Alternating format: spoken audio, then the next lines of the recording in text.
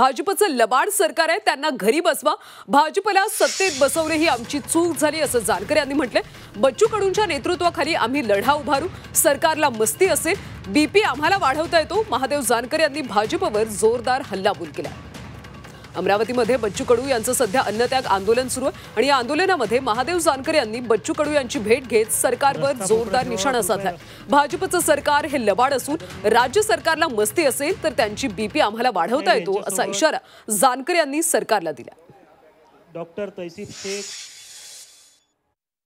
एनडीएचं सरकार असेल, भारतीय जनता पार्टीचं सरकार हे लबाड सरकार आहे, लबाड।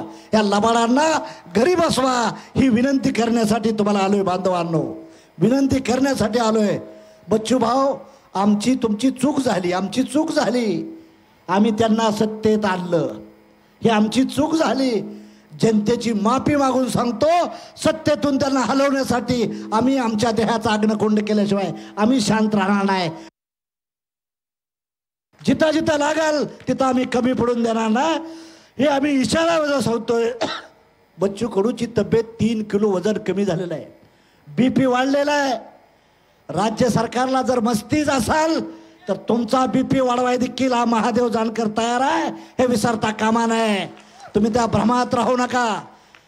लग्नाला जायला तुमची हेलिकॉप्टर आहेत, प्रत्येक शेतकऱ्याच्या नेत्याचा पोरगा 4 दिवस बसल्यानंतर तुम्ही मिनिस्टर म्हणून जर यायचा लायकीच नसताल तर तुम्ही शेतकरी विरोधी आहात, हे आम्ही डिक्लेअर करू इच्छितो।